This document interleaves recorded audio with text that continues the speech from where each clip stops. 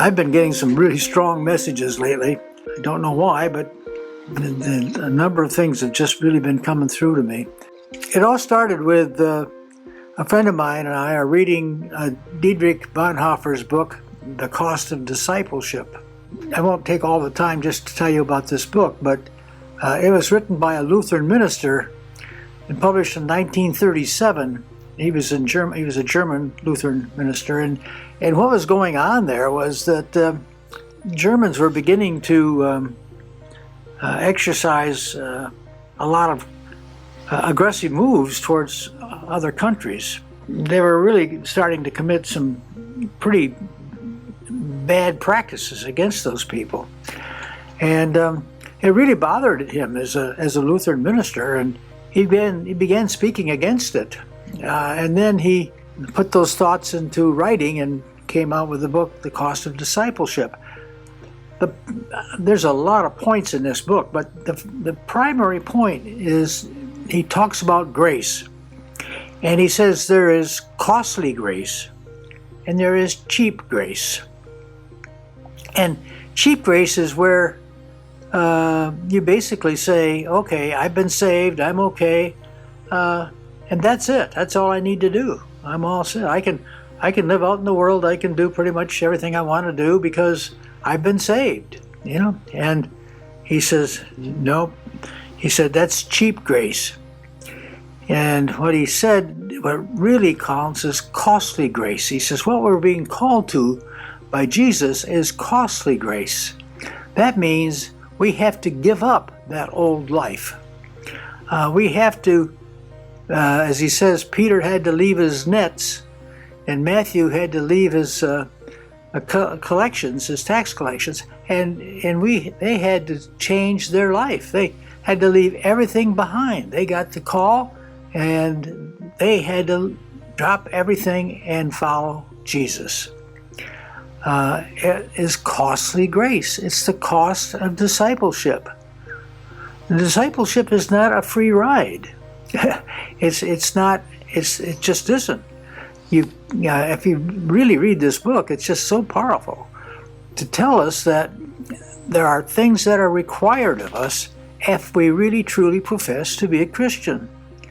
And so, anyway, I really like this book, and it really set the stages. But then last week, one of my least favorite passages from the Bible came up, from Luke.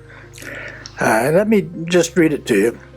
Jesus said to his disciples, I have come to set the earth on fire, and how I wish it were already blazing.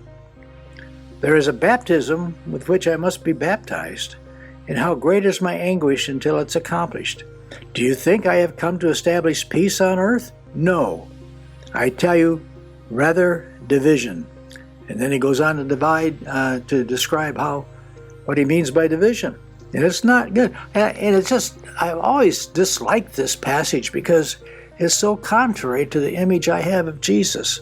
But last Sunday, Father Vincent, a missionary of the Divine Word and our pastor, explained it this way. He said, he's from Indonesia. He said, my family are farmers. And he said, and for us to grow a new crop, we go out into the fields and we burn off last year's crop, what's left, that we burn it off so that the new crop can grow up. Well, I'm familiar with that practice. We used to do the same thing. When I had my dad had a couple acre yard. And we were always trying to tame the fields around us to become more yard. Anyway, I remember we were doing that, and he's right. That's how you get a new yard. That's how you get new grass. That's how you get new crops.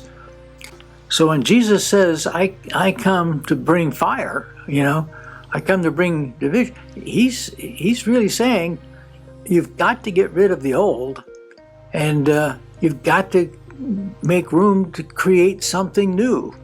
And that really made a lot of sense to me, and it really helped me a lot. And then this week, in Paul's letter to the Hebrews, he lays it on the line. He said, do not disdain the discipline of the Lord or lose heart when reproved by him. whom the Lord loves, he disciplines. He scourges every son he acknowledges.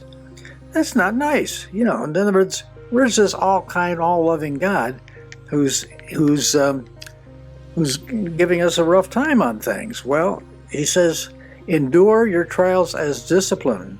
God treats you as sons. For what son is there whom the Father does not discipline?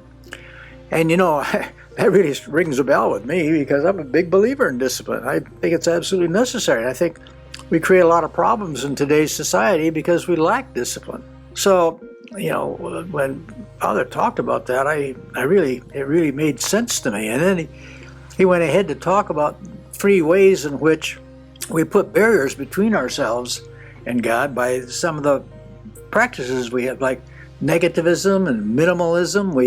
We don't make a full commitment to things. We sort of stick our toe in, and don't really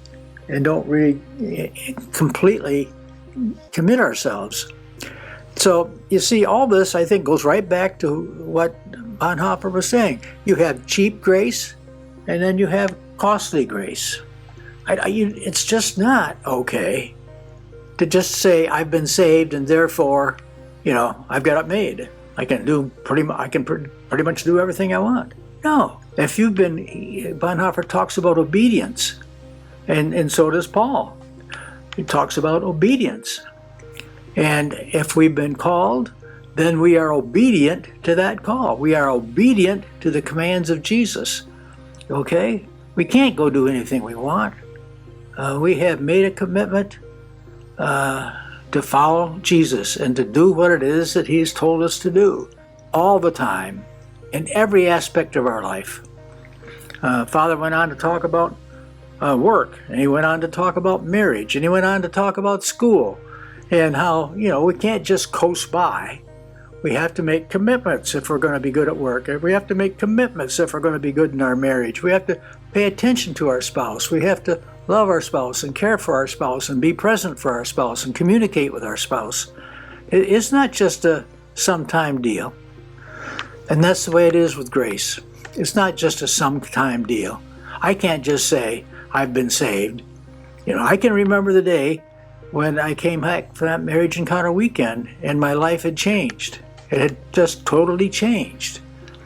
And I would have loved to have lived the rest of my life in that euphoria I felt right then. It was great. But the fact of the matter is, that's not the way it is. I remember in marriage encounter, we used to say, we used to talk about the modern world.